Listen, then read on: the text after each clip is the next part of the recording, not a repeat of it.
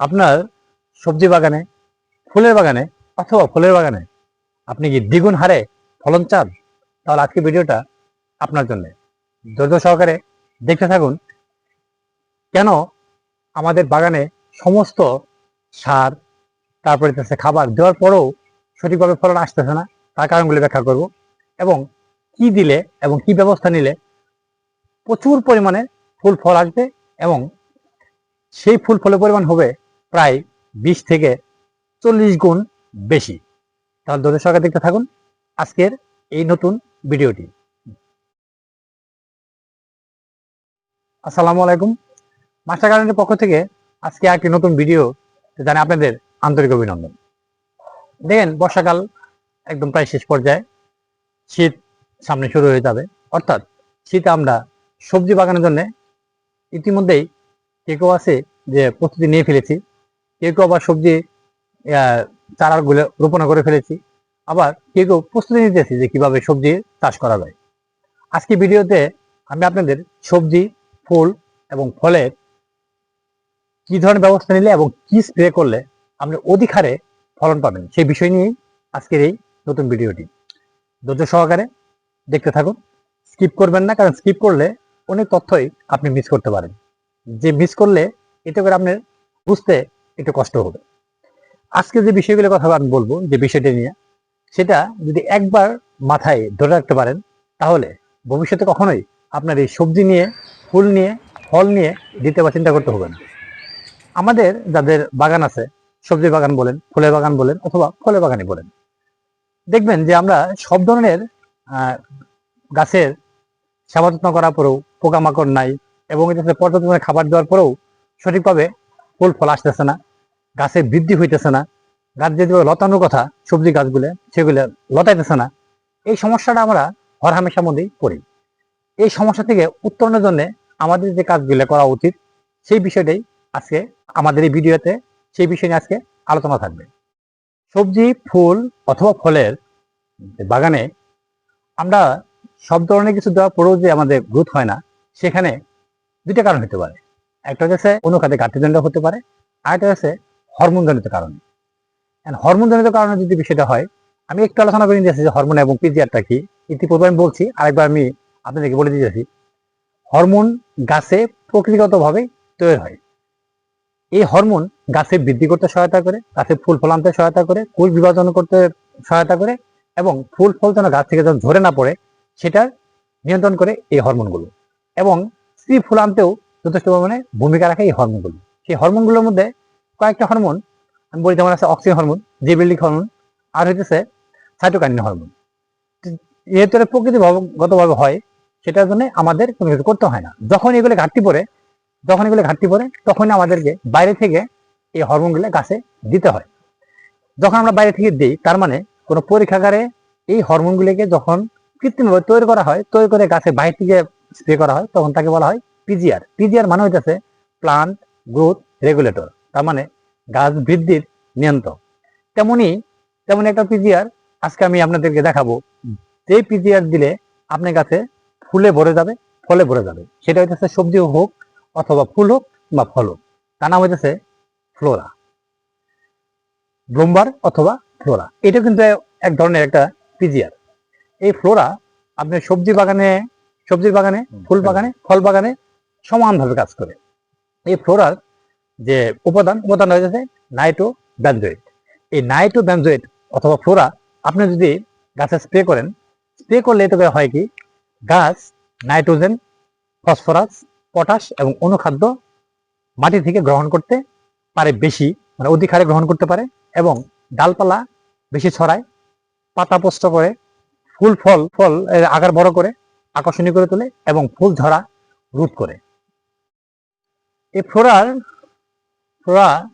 বাজারে বিভিন্ন ইয়েতে পাবেন, পার্সেন্টেজে পাবেন, 15 থেকে 25% পর্যন্ত পাবেন। তো বেশিরভাগ এটা 20% ব্যবহৃত হয় ইয়েতে, সবজি বাগানে, ফুল বাগানে, ফল বাগানে অথবা ধানের ক্ষেতেও এটা ব্যবহার হয়। এটা যদি আপনি ব্যবহার করেন তাহলে আপনার কি উপকার আসবে, আপনার গাছের গ্রোথ ঠিক থাকবে, গাছ শক্তিশালী হবে, গাছ হেলদি হবে। কেননা গাছের শিকড় বৃদ্ধিতে সহায়তা করে, এবং শিকড় বৃদ্ধি সহায়তা করাতে সে গাছ খাবার সংগ্রহ করতে পারে বেশি, এবং গাছের ডালে তারপরে পাতায় সে খাদ্যগুলোকে সঞ্চয় করে রাখতে পারে, এবং সেটা ফুল এবং ফল আনতে সহায়তা করে, রোগ প্রতিরোধী করে গড়ে তুলবে, এবং নজর কাড়া ফুল এবং ফল আকার অনেকটা বড় আকারের ফল আনতে সহায়তা করবে। তো এই পিজিআরটা আপনি দিবেন কিভাবে, কতটুকু দিবেন? 2 থেকে 3 ml। যদি আমরা 1 লিটার পানিতে যদি গুলি, তাহলে অবশ্যই আমাদের এই দেখেন এখানে ml লেখা আছে, এই 2 থেকে 3 ml পর্যন্ত আমরা দিব 1 লিটার পানিতে।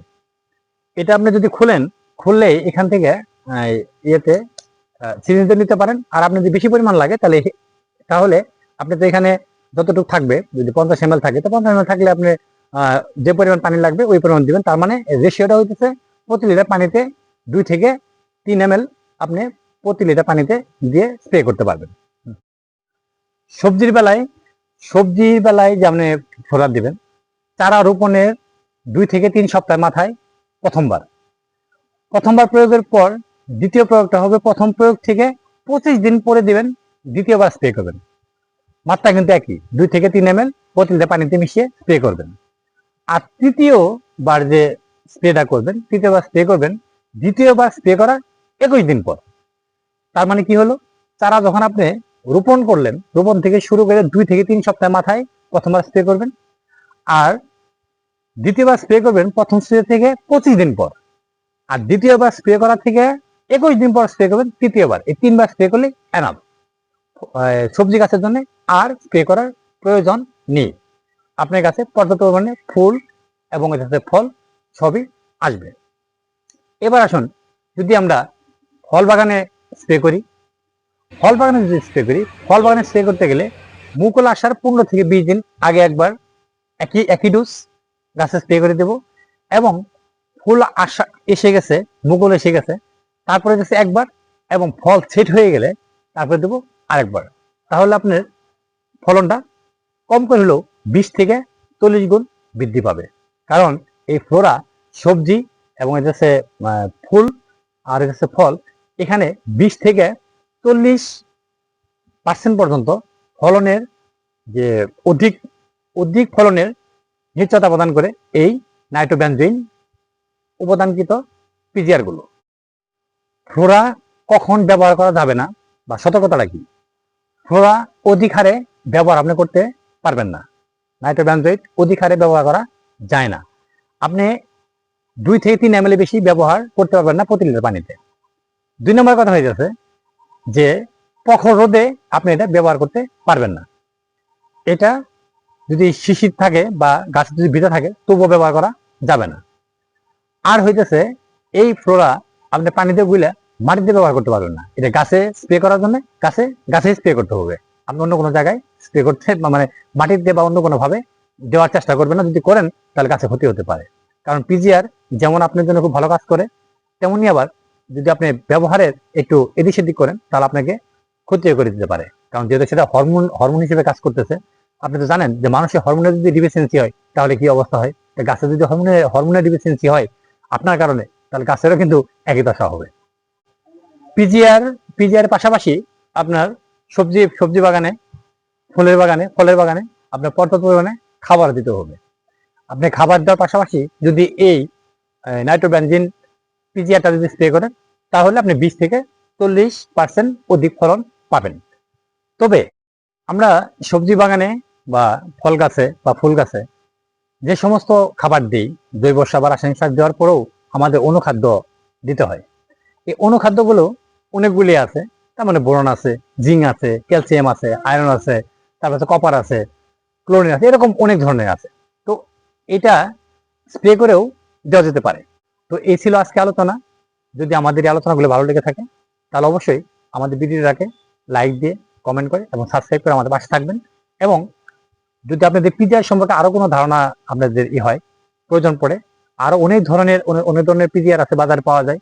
প্লানোফেক্স নামে একটা আছে, এরকম অনেক ধরনের আছে পিজিআর সম্পর্কে যদি আপনাদের আরো কোনো জানার ইচ্ছা হয় তাহলে অবশ্যই আমি আপনাদেরকে জানিয়ে দেবো যে কোন পিজিআর কোন কাজে লাগে।